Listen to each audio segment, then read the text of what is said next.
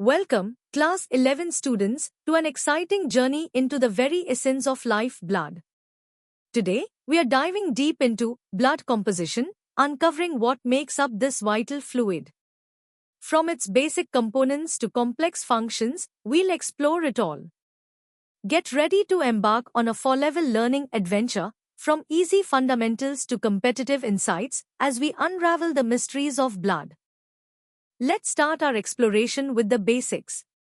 What exactly is blood, and what are its main parts? It's simpler than you think. Blood is a special fluid connective tissue, constantly circulating to keep us alive. It's like the body's superhighway, transporting everything from oxygen to waste. Imagine your body without this vital fluid, impossible, right? It's crucial for maintaining life, delivering nutrients, and removing harmful substances.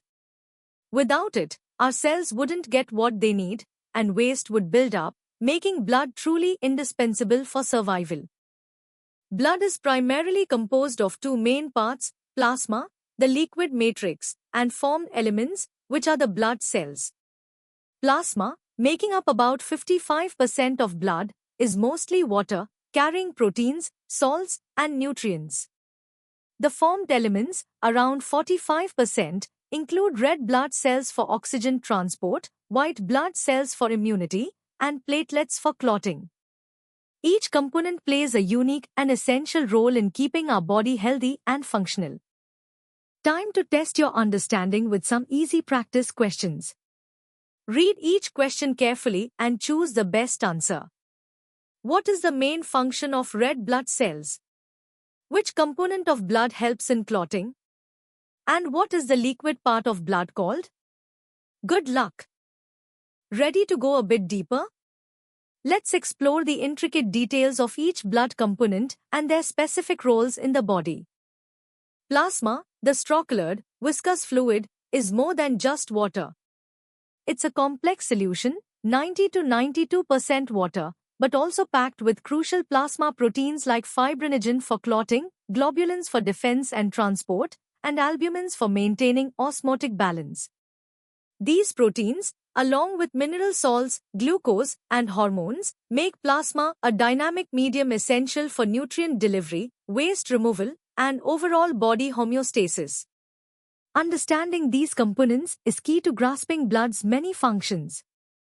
Next, let's focus on the formed elements, starting with erythrocytes or red blood cells. These tiny, biconcave, anucleated cells are the most abundant in your blood. Their unique shape maximizes surface area for oxygen binding.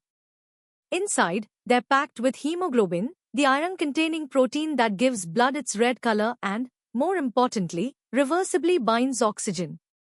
With a lifespan of about 120 days, these cells are constantly produced and recycled, ensuring a continuous supply of oxygen to every cell in your body. Now, let's look at leukocytes, or white blood cells, your body's immune soldiers. Unlike RBCs, they're colorless and nucleated, but fewer in number. They come in two main types: granulocytes, with visible granules like neutrophils, eosinophils, and basophils, and granulocytes, without granules, like lymphocytes and monocytes. Each type has a specialized role in fighting infections, from engulfing pathogens to producing antibodies. Finally, platelets, or thrombocytes, are cell fragments crucial for stopping bleeding.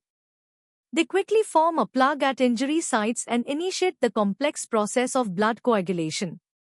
Together, these formed elements are indispensable for maintaining health and preventing disease.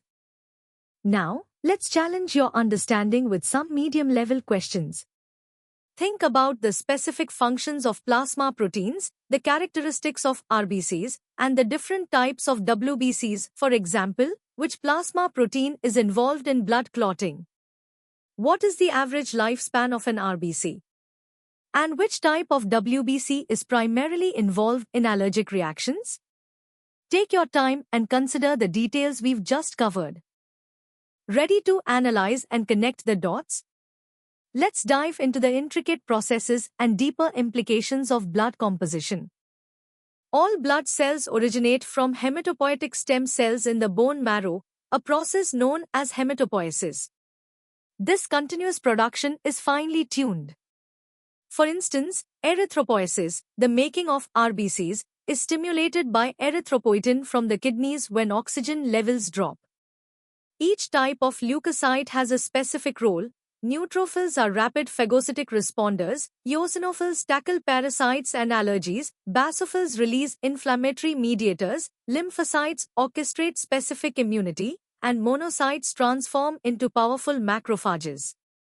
This division of labor ensures a comprehensive and coordinated defense system, highlighting the complexity and efficiency of our body's cellular factories. Blood coagulation is a marvel of biological engineering, a complex cascade involving numerous clotting factors.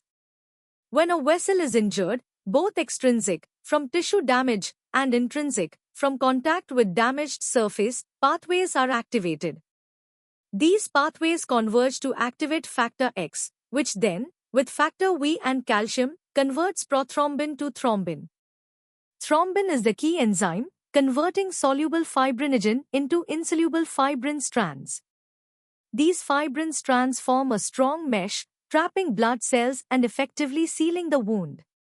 This intricate process ensures that bleeding is stopped efficiently, yet abnormal clotting is prevented, maintaining a delicate balance vital for survival.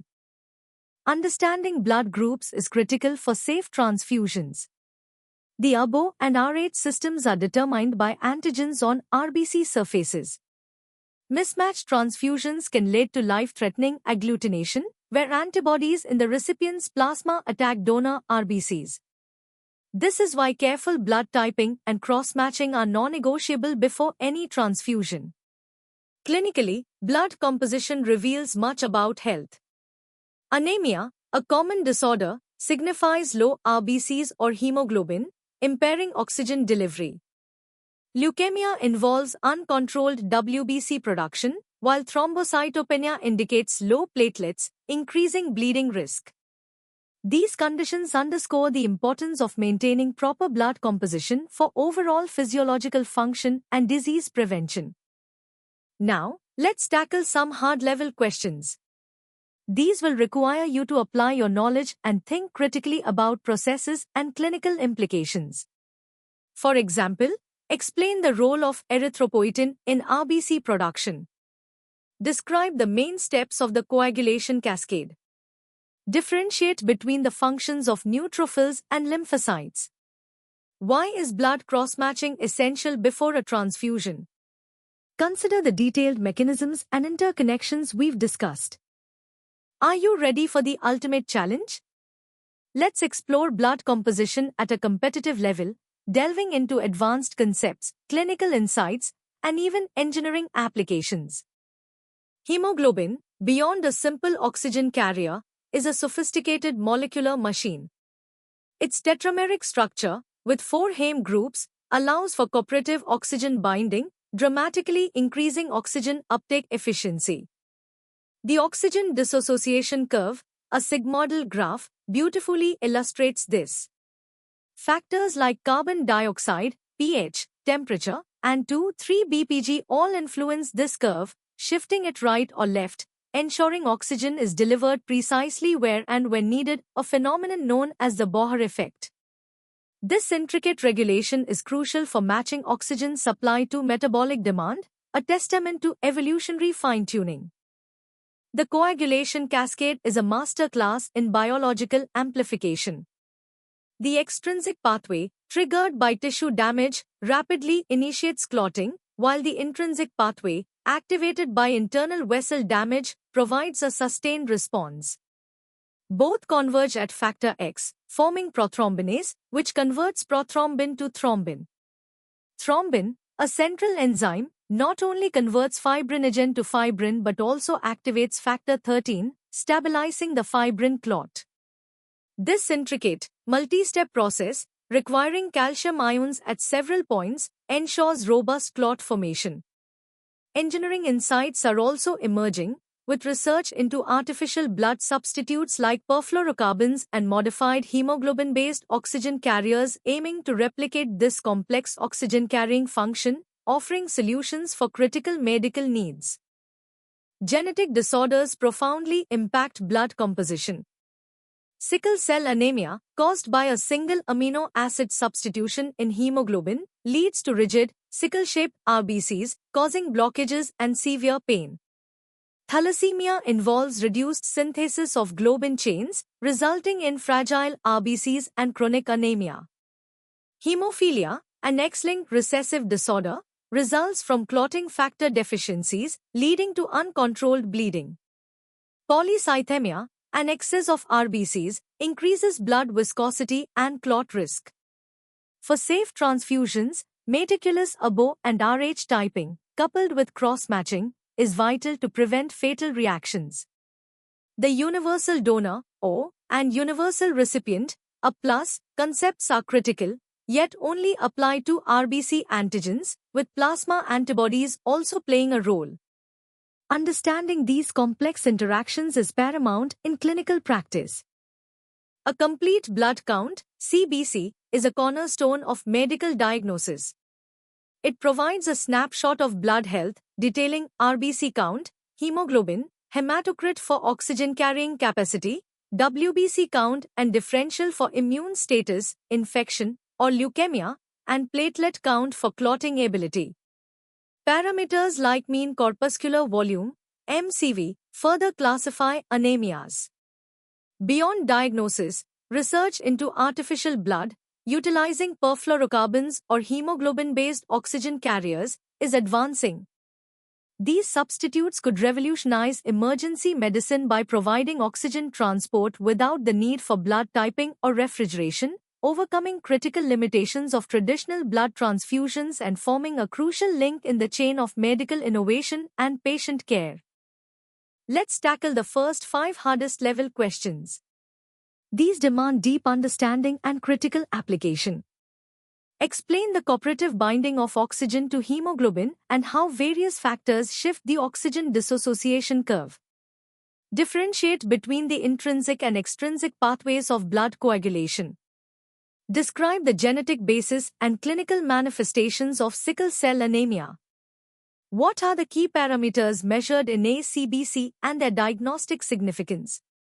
Finally, discuss the challenges and potential solutions in developing effective artificial blood substitutes.